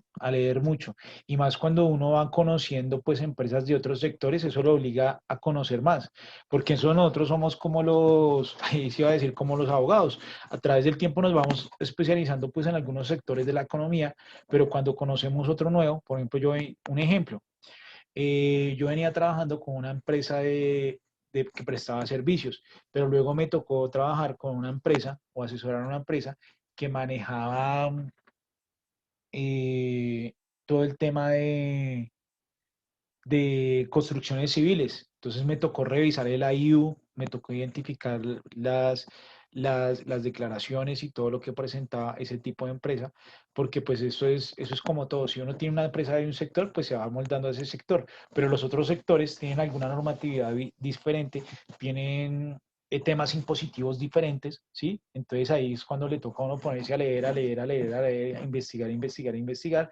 Y el problema es que el tema contable, acá por el tema, por lo que está asociado al tema tributario, pues es cambiante, es cambiante, es cambiante. Entonces eso nos toca a nosotros leer y leer y leer. Y están en las capacitaciones de la DIAN. Y si no entendemos, pues llamar a un amigo. Y si, no, y si entre los dos no entienden, pues llamar a otro amigo. Y si no, hacer la consulta a la DIAN, a la Junta Central de Contadores. Volvernos socios de algunos consejos o de comités de normas contables para que entre las colegiaturas de contadores pues se eleven estas dudas o estas inquietudes. Entonces, bueno, vamos a ver con efectivo equivalentes al efectivo de la NIC. Dice así, voy a citar lo que está en gerencia, porque es que no les traje la NIC como tal completa porque solo el parágrafo 7 y el 9 me habla del efectivo equivalente del efectivo. Sin embargo, yo la tengo por acá, para que después no digan. Entonces, está la NIC 7, veanla acá, Norma Internacional de Contabilidad, Estado de Flujos de Efectivo, lo que yo les venía contando. Yo creo, o sea, yo asumo que todos ustedes saben, todas las normas internacionales tienen objetivo y su alcance, ¿sí? Y ya, pues viene con las definiciones y con los beneficios. Todas las normas están estructuradas así, ¿listo? Pero pues nosotros no vamos a enfatizar el objetivo y el alcance de esta norma. Pues, ¿por qué? Porque está relacionada o está asociada con efectivo y equivalentes del efectivo. Entonces nosotros vamos a trabajar eso. Dice, efectivos equivalentes al efectivo. Lo voy a ampliar para que ustedes lo conozcan. Entonces dice, los equivalentes al efectivo se tienen más que por propósitos de inversión o similares, es para cumplir los compromisos de pago a corto plazo. Para que una inversión financiera pueda ser calificada como efectivo equivalente al efectivo, debe ser fácilmente convertible en una cantidad determinada de efectivo y estar sujeta a un riesgo insignificante de cambios en su valor. Por ello, ya les voy a explicar cada uno de estos pasos. Por ello, una inversión normalmente cumple con los requisitos de un equivalente al efectivo cuando tienen un periodo de vencimiento corto, digamos 3 meses o menos, desde la fecha de la adquisición. Las inversiones en patrimonio se excluyen de los efectivos equivalentes al efectivo, a menos que sean en sustancia equivalentes al efectivo, por ejemplo, el caso de unas acciones preferentes adquiridas dentro de un corto periodo de tiempo hasta su vencimiento y con una fecha de rescate especificada. Entonces ya les voy a leer estos 3 párrafos que son los que hablan del efectivo equivalente al efectivo y ya pues les voy a explicar cada uno de qué se trata. Los préstamos bancarios se consideran en general como actividades de financiación. En algunos países, sin embargo, los sobregiros exigibles en cualquier momento por el banco forman parte integral de la gestión del efectivo de la entidad. Acá no, ¿sí? Acá no. Ya les voy a explicar. En tales circunstancias, tales sobregiros se incluyen como componentes del efectivo equivalentes al efectivo. Una característica de los acuerdos bancarios que regulan los sobregiros u operaciones similares es el saldo del banco con el que el banco fluctúa, constantemente de un deudor a acreedor. Los flujos de efectivo no incluirán ningún movimiento entre las partidas que constituyen el efectivo equivalentes al efectivo, puesto que esos componentes son parte de la gestión del efectivo de la entidad, más que sus actividades de operación o de inversión o financiación. La gestión del efectivo comprende también la inversión de los sobrantes de efectivo equivalente al efectivo. Más claro no puede estar, ¿cierto? Sin embargo, lo voy a explicar. Vuelvo, arranco con el numeral 7, dice los efectivos equivalentes. O sea, ¿qué entendemos por efectivo equivalente al efectivo? Entonces, el efectivo equivalente al efectivo, obviamente, es el efectivo que yo tengo ya listo, disponible, ¿cierto? Entonces, para ese caso, ¿qué es? Mi caja, ¿cierto? Mi caja para mí es el efectivo. Entonces, yo lo puedo tener allí como mi caja. Adicional también, ¿qué es el efectivo? Pues lo que yo tengo en bancos, ¿cierto? En cuentas corrientes, en cuentas de ahorro. Ese va a ser mi efectivo, ¿cierto? Mi efectivo. Y los equivalentes al efectivo, ¿cierto? Que acá me habla de los equivalentes al efectivo, me dice, se tienen más que propósitos de inversión o similares, es para cumplir los compromisos de pago a corto plazo, que eso es lo que yo tengo en mis cuentas bancarias y en mi caja, ¿listo? Para que una inversión financiera pueda ser calificada como efectivo equivalente al efectivo, debe ser fácilmente convertirlo en una cantidad determinada de efectivo y estar sujeta a unos riesgos significantes de cambios en su valor. Entonces, para ustedes, ¿qué es una inversión financiera? Para ir acá ya cerrando el tema del efectivo equivalente al efectivo, ya hacemos un ejercicio. Entonces, para ustedes, ¿qué es una inversión financiera? O más bien, ni siquiera qué es una inversión financiera. Para ustedes, o yo quiero que me den un ejemplo, o que me digan más bien, ¿qué es una inversión para una empresa? Un CDT puede ser una inversión Puede financiera. ser, muy bien, ¿listo? Entonces, bueno, cuando hablamos de inversiones, ¿sí? Y para que quede bastante claro, cuando hablamos de inversiones, pues estamos hablando de cuando una empresa, ¿cierto? Tiene un flujo de efectivo pues bastante alto, ¿cierto? Y dice, bueno, con este flujo de efectivo nosotros debemos, o sea, la plata en el banco o en el banco donde yo la tengo, pues no toma o no ha tomado un valor considerable, ¿cierto? Porque ustedes mismos ven en sus cuentas que el dinero pues que le paga por sus intereses es insignificante, ¿cierto? Por ejemplo, pagan 3 pesos, pagan, bueno, no sé cuánto es el valor exacto, pero pues es muy poco, ¿sí? Entonces alguien dice, o el asesor financiero le dice a la empresa, vea, teniendo en cuenta que nosotros tenemos, básicamente, haciendo un análisis financiero, ¿cierto? Nosotros todos los años o todos los cortes siempre cerramos con 100 millones de pesos más en caja o en las, o en las cuentas, ¿cierto? Esos 100 millones de pesos, pues ahí en esas cuentas no está tomando ningún valor. Entonces, ¿por qué no hacemos una inversión? Entonces, para que quede más claro, inversión es desprenderme yo de unos recursos financieros que tengo, ¿cierto? Para obtener beneficios económicos, es decir, que más adelante a mí me devuelvan la plata más los intereses. Eso es lo que yo espero pues con mis inversiones, ¿cierto? O que más adelante, o si en el dado caso donde yo soy socio, pues ustedes como socios, ¿qué esperarían? Si ustedes se vuelven socios de una empresa, ¿qué esperarían? Ganancias. Ganancias, ¿cierto? Entonces ese es el objetivo de las inversiones. Como ustedes bien saben, y me imagino que lo vieron en contabilidad de activos, las inversiones, pues la empresa puede invertir en títulos valores. Ese es un tipo de inversión. Cuando hablamos de títulos valores, como nos decía la compañera, estamos hablando de CDTs, estamos hablando de TES, estamos hablando de bonos y estamos hablando de acciones, ¿cierto? Básicamente, pues esas son las que se pueden, los títulos valores en los que se pueden hacer una inversión. Ahora, pues a mí yo puedo decir, y lo que es muy común, dice alguien, no, la empresa también puede invertir en terrenos. Claro, sería una propiedad planta de equipo de inversión, ¿cierto? O disponible para la venta. Entonces también yo puedo tener inversiones. Entonces aquí nos dice, para que una inversión financiera, cuando hablamos de inversiones financieras, estamos hablando de títulos valores, pueda ser calificada como equivalentes al efectivo, debe poder ser fácilmente convertirse en una cantidad determinada de efectivo y estar sujeta a un riesgo insignificante de cambios en su valor. Entonces, básicamente acá estamos hablando pues de CDTs, ¿cierto? Porque si yo tengo acciones de una empresa, ¿cierto? Yo podré decir que el riesgo es insignificante, pues depende del tipo de empresa y depende de lo que me diga mi asesor o mi corredor de bolsa, ¿cierto? Pero pues es de recordar que los riesgos en un mercado de valores dependen del mercado y el mercado en cualquier momento puede variar. Entonces, bueno, aquí pues yo consideraría que son los CDTs. Bueno, y dice, a continuación, por ello una inversión normalmente cumple con los requisitos de un equivalente al efectivo cuando tiene un periodo de vencimiento corto. Digamos de 3 meses o menos desde la fecha de su adquisición. Entonces aquí podríamos decir que si yo saco un CDT hoy y lo dejo a 2 meses, eso yo lo podría clasificar, no lo dejaría como una inversión, sino que lo podría dejar como efectivo equivalente al efectivo. ¿Listo? Ya vamos a ver un ejercicio más claro. Ahora bien, si yo lo dejo a 4 meses, pues será un activo financiero. ¿Listo? Que ya lo vamos a ver más adelante, cuando veamos por los activos financieros. Listo. Los inversores en patrimonio, cuando hablamos del patrimonio, estamos hablando de acciones, se excluyen de los equivalentes del efectivo a menos que sean en sustancia equivalentes al efectivo. Por ejemplo, en el caso de las acciones preferentes adquiridas dentro de un corto periodo de tiempo hasta su vencimiento y con una fecha de rescate especificada. Aquí, pues, básicamente, ¿de qué estamos hablando? De que yo compré acciones en una empresa, ¿sí? Pero yo no quiero quedarme con esas acciones por un largo tiempo. Yo las compré como para tenerla 1 mes, 2 meses. Entonces, ¿de qué depende la decisión? Pues de la gerencia. Si yo, ¿dónde yo la voy a clasificar? Entonces yo le digo, bueno, estas inversiones, ¿usted qué piensa hacer con ellas?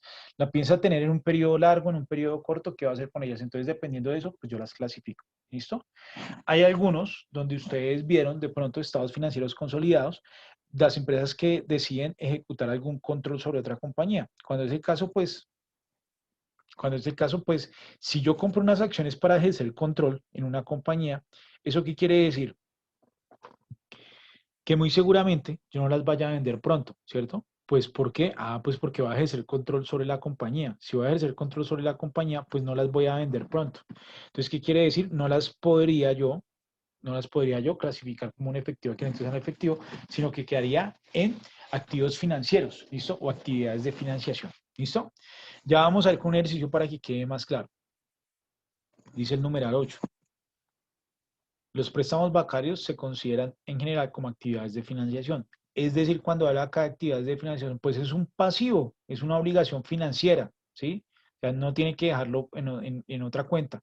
En algunos países, sin embargo, los sobregiros exigibles en cualquier momento por el banco forman parte integral de la gestión del efectivo de la entidad. Eso no puede ser, o sea, ¿cómo es que yo voy a disponer de un sobregiro para aumentar mi flujo de efectivo? Es decir, recuerden que los sobregiros son acuerdos especiales en los cuales los bancos tienen con las empresas y le dice, cuando se le acabe la plata en la cuenta de su plata, pues yo le presto, no me preocupe, yo le voy a prestar cuánto necesita, 30 millones de pesos, yo se los presto y se los pongo allí. Pero usted me los debe, ¿cierto? Entonces yo no puedo disponer de ese dinero porque ese dinero finalmente es un pasivo. ¿Listo? Para que quede claro, eso es lo que habla acá. Tales circunstancias, tales sobregiros se incluyen como componentes del efectivo equivalente al efectivo. Una característica de los acuerdos bancarios que regulan los sobregiros u operaciones similares es que el saldo del banco fluctúa constantemente de deudor a acreedor. Es decir, pues que esa empresa constantemente pues está haciendo sobregiros. Entonces, pues para este caso no aplica. Los flujos de efectivo no incluirán en algún movimiento las partidas que constituyen el efectivo equivalente del efectivo, puesto que sus componentes son parte de la gestión del efectivo de la entidad, más que sus actividades de operación de inversión o financiación. La gestión del efectivo comprende también la inversión de los sobrantes de efectivo equivalentes al efectivo. Es decir, aquí lo que me dice, pues acá ya me hablas un poco más de la gestión que se debe hacer con relación pues al estado del flujo de efectivo para identificar qué tan bueno es y qué se ha hecho con esa plata. ¿Listo? Mas, sin embargo, vamos a ver acá, que pues acá me habla prácticamente de lo mismo.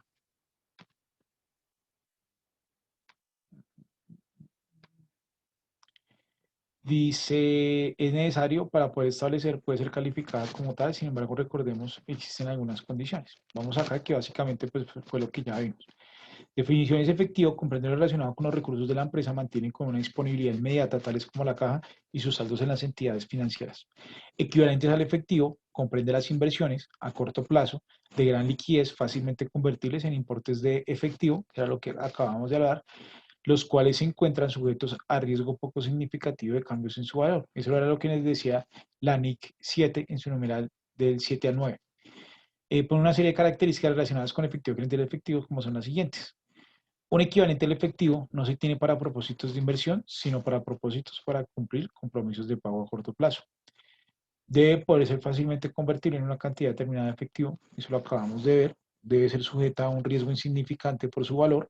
En el caso de inversiones, deben tener un vencimiento próximo al menos de 3 meses o menos de la fecha de adquisición. las participaciones en el capital de otras entidades, acciones, normalmente no se consideran efectivo equivalente al efectivo, a menos que sean sustancialmente equivalentes al mismo. Los sobregiros bancarios que forman parte de la gestión del efectivo, es decir, son equivalentes al efectivo, pero pues en algunos casos similares, ¿listo? De acuerdo con lo anterior, el rubro de cuenta de efectivo equivalentes al efectivo comprende saldos en caja, saldos en cuentas financieras, saldos en cooperativas de ahorro, saldos en inversiones a título de deuda, como pueden ser los bonos, títulos de tesorería, títulos del Estado, entre otros, que sea de pronto vencimiento, sobregiros bancarios, en este caso no restan el efectivo, o sea, es decir, no se tienen en cuenta. Bueno, credit spreads, cupos de crédito, dinero invertido a través de carteras colectivas, inversionistas de acciones. Entonces, bueno, vamos a hacer un ejercicio contable para que ustedes entren en calor y voy a hacerlo acá. Voy a hacerlo acá. Entonces, bueno. Entonces dice, la compañía ABC adquiere un CDT por un valor de 10 millones de pesos.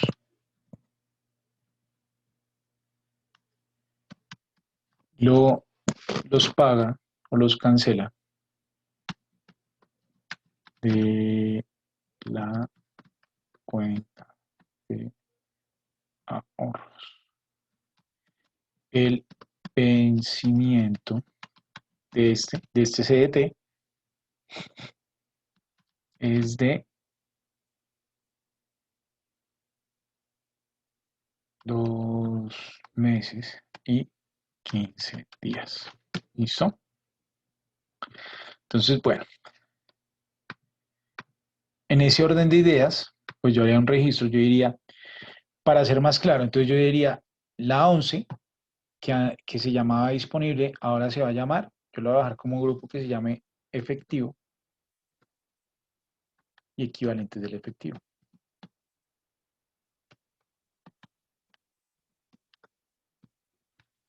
Efectivo. En ese orden de ideas, yo podría decir lo siguiente para hacer el registro contable. De la 11, 2005, yo podré colocar la cuenta de ahorros.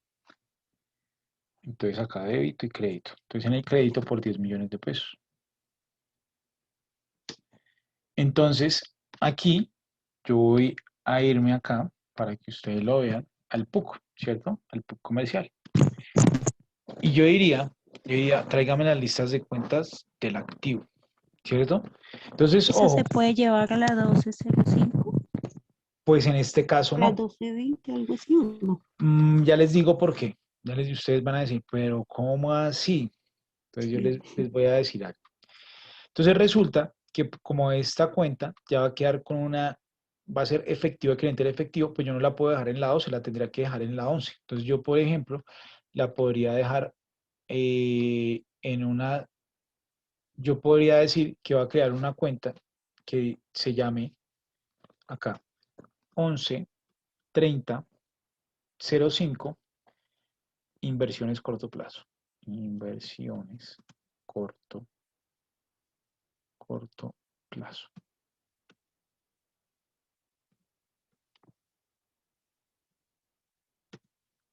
Quedaría algo más o menos así. A ver. ¿Listo? Si ese fuera un caso, voy a poner el ejemplo donde ese CDT fuera a 4 meses. Un ejemplo quedaría, perdón.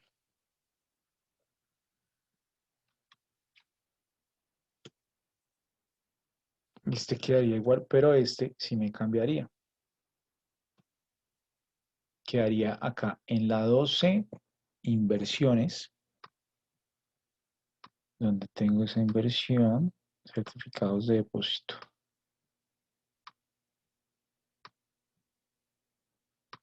No lo certificado. A ver, vean acá, la dejaría acá. 122505.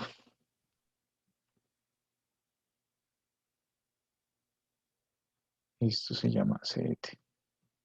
¿Listo? Entonces, ojo, acá vemos unas características que, por ejemplo, si fuera bajo la norma local, el primer ejercicio, si fuera bajo la norma local, es decir, bajo el decreto 2649 o bajo el 2650, yo la registraría así. ¿Sí? Siempre la registraría igual, independientemente de su vencimiento, ¿cierto? Pero ahora, como pues por las NIF, de acuerdo pues a los vencimientos, yo tengo que identificar, a ver, dónde es que voy a registrar esos efectivos y equivalentes al efectivo. ¿Listo? Entonces voy a colocar una pregunta en el chat, que la tenemos que colocar ahí por cada semana. Perdón un momento, ya les vuelvo a dejar ¿qué? El taller. Entonces,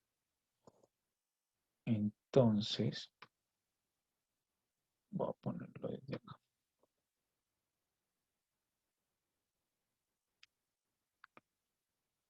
Desde acá.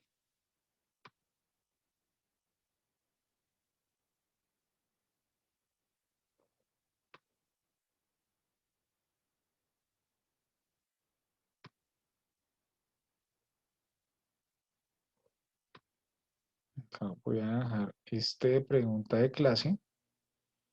Pero ahorita, ya en un momento, mientras tanto, pues para que quede la evidencia, voy a colocar, no con sus palabras, cuál es la diferencia entre las normas internacionales y las normas locales, pero sí voy a decir con sus palabras, indique cuál es la característica, cuál es la característica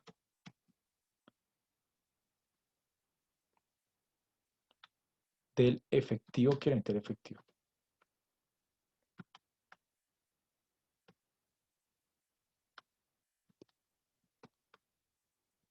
Listo, entonces esta la voy a dejar por acá.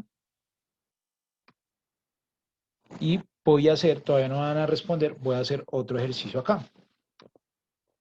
Voy a colocar acá lo siguiente. La compañía, otro ejercicio.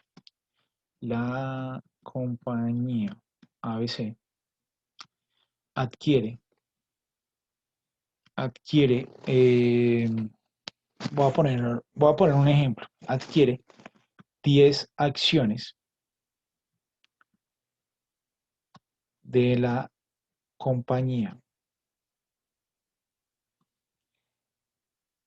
XYZ y esta, es decir, la compañía XYZ, tiene 1000 acciones en circulación.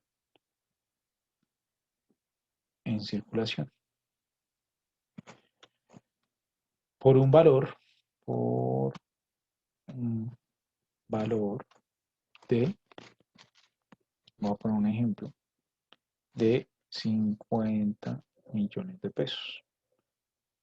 De 50 millones de pesos los paga de la cuenta corriente. Entonces ya voy a modificar eso. Entonces la pregunta que yo les voy a hacer, nosotros vamos a dejar el registro de la compañía ABC. Entonces la pregunta es, ¿ustedes creen o consideran que la compañía ABC quiere ejercer algún control sobre la compañía XYZ? De acuerdo pues a eso, nosotros sabemos dónde lo clasificamos. ¿Qué opinan ustedes? ¿Mm?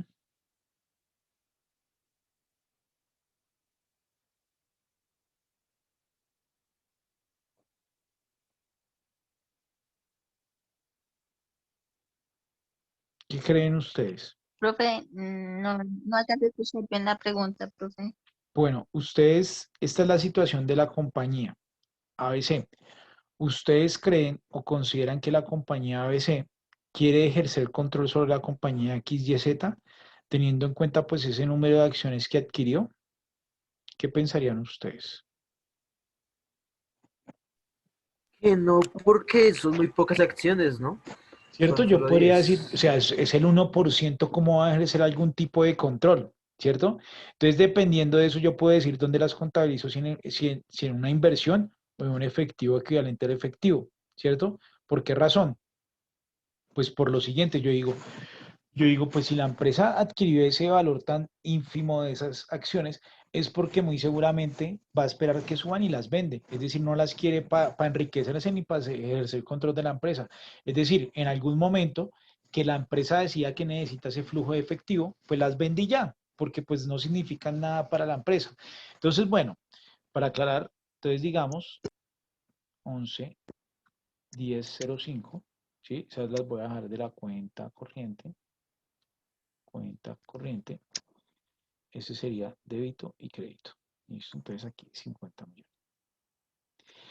Si el registro yo lo estuviera haciendo bajo, perdón, si el registro yo lo estuviera haciendo bajo la norma local, esto quedaría en una 1205 por acá, digamos 120550, acciones de actividades financieras, 120550, acciones. Si yo lo estuviera haciendo bajo la norma local. Pero resulta que yo lo estoy haciendo es bajo las NIF, entonces me tendría que quedar, voy a copiar esto para no hacer lo mismo. Entonces, en ese orden de ideas, esas acciones no son una inversión, sino que se convierten en un efectivo equivalente al efectivo. Yo podría decir, las voy a dejar en una 11, 30, 10, por ejemplo, y las dejo en la 11, ¿por qué? O las dejo donde yo tengo contabilizado el efectivo equivalente al efectivo, porque muy seguramente las voy a convertir en dinero en un periodo muy corto o no las tengo para ejercer control. ¿Listo? Ah, listo. Y acá, local.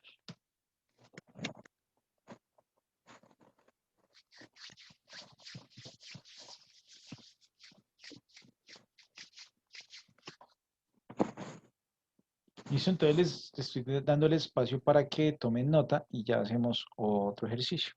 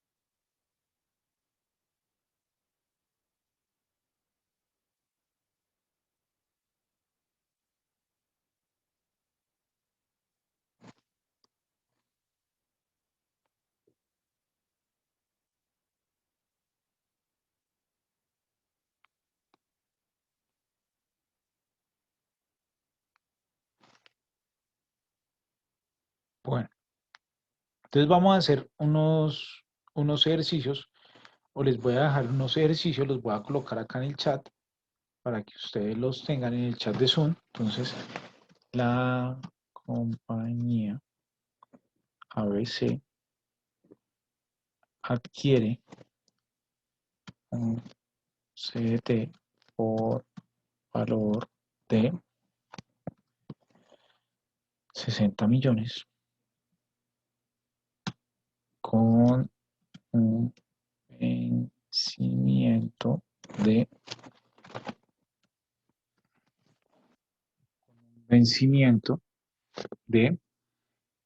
45 días. Los paga de la cuenta de ahorros. Ese es uno. 2. La compañía ABC adquiere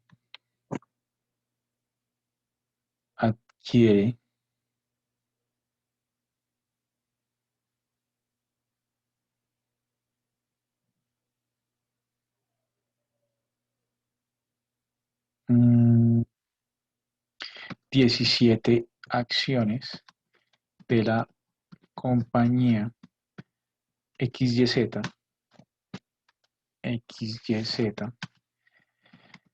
la cual tiene 30 acciones en circulación por un valor de 40 millones de pesos. Los paga de la cuenta corriente. Y otra vez, la compañía ABC adquiere un CDT por valor de 10 millones con vencimiento de 20 días. Los paga de la cuenta de ahorros. ¿Listo? Entonces, ¿qué deben de hacer ustedes? Deben de hacer esos 3 ejercicios. Si quieren, lo hacen en un Excel o lo hacen en un Word. Y yo les voy a crear ya el espacio para que ustedes lo suban en la plataforma y quede como una actividad adicional. ¿Listo? Y ya en un segundo, mientras tanto, pues voy a dejar de compartir mientras que ustedes van trabajando. Y ya pues les voy a crear la actividad para que pues si pueden de una vez, pues lo suban de una vez. ¿Listo? Y ya en un momentico, después de que cree la actividad, llamo a lista. ¿Listo? Entonces, vayan trabajando ahí ustedes, van haciendo el ejercicio y de paso, pues van contestando el foro. Entonces, bueno, ya les voy a crear la actividad. Yo le voy a dejar plazo de vencimiento pues hasta el domingo, porque pues yo creo que ustedes alcanzan a hacerlo ahorita. Está muy sencillo, más sin embargo lo voy a dejar hasta el domingo. Entonces le voy a colocar semana 3, ¿listo? Profe, yo lo subo mañana, es que tengo que salir. Tranquilas, no se preocupen. Entonces les voy a ir llamando lista de una vez. Profe, yo lo subiría el domingo. Sí, Voy a mitad de camino. igual tienen plazo para subirlo pues hasta el día domingo, ¿vale? Entonces, bueno, voy a llamar a asistencia. Jessica Gabriela. Presente. Gracias. Giancarlo. Presente. Listo. Yasmín. Presente, profe. Listo. Juan José. Presente, profe. Listo. Dayan Ivonne. Presente, profe. Listo. Luis Gabriel. Presente, profe. Listo. Nancy Esperanza. Profe, ella tiene problemas de conectividad, pero se ha estado como intermitente en la clase. Cuenta. Listo, bien. Diana Elisette. Presente, profe. Listo. Lady Joana.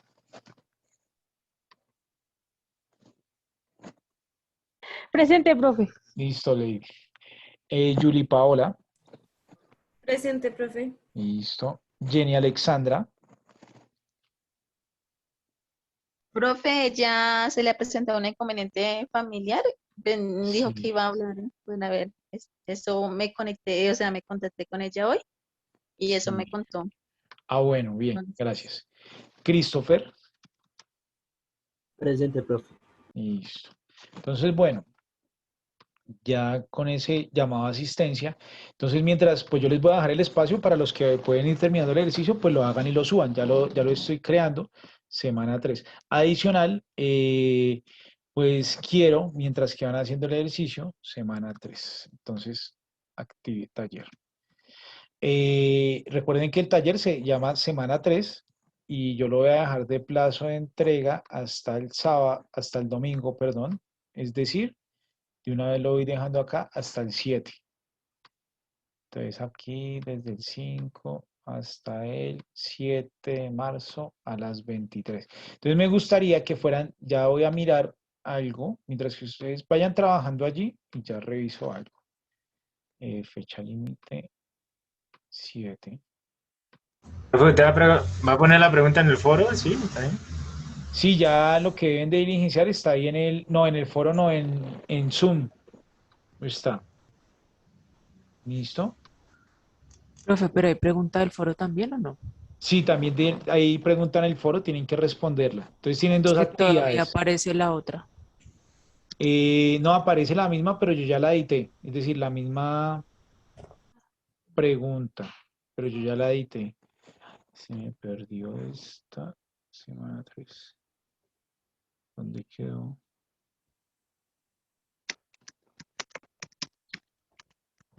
Ah, yo sí. Ya acá les estoy ubicando la actividad en la semana que es.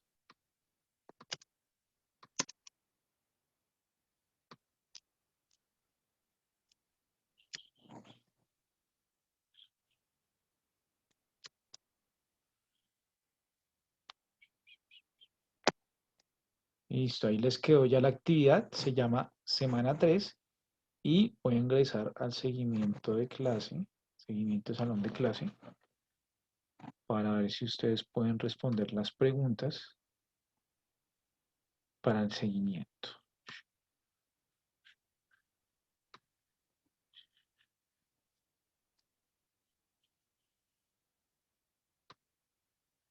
El seguimiento no. Listo. Entonces ya también edité la de semana de seguimiento, ya que muy seguramente me les iba a dejar. Entonces, bueno, estos minuticos de la clase que quedan, los voy a dejar para que diligencien el seguimiento de la clase de la semana 3, que ya lo pueden hacer. También les voy a dejar el espacio para que suban la actividad y diligencien el foro, ¿listo? Para dar por terminada la clase. En ese orden de ideas, muchachos, pues nos vemos de nuevo dentro de 8 días y muchas gracias por la atención prestada y ahí estamos atentos, ¿vale? Y en un ratico subo la clase grabada, entre hoy o mañana. Listo, profe, muchas gracias. A ustedes muchas gracias, chicas, que estén muy bien y chicos. Listo, profe, gracias, muy amable, buena noche. Buena noche, gracias. Gracias, profe. Gracias a ustedes. Listo, profe, gracias. Gracias, que descansen.